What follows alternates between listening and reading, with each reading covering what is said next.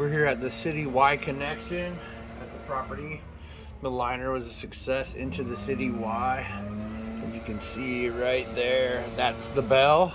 So it's all flowing and working. The city will need to repair their Y at some point. Not of any concern to homeowner. And we're coming back.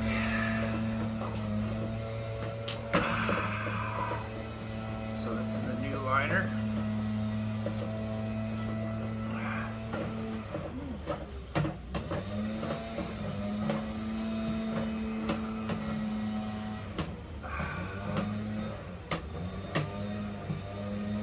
Good.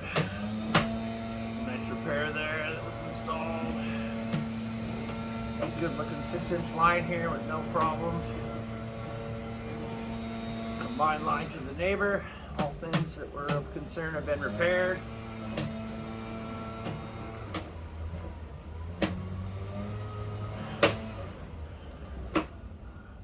So that's the 4x6 transition.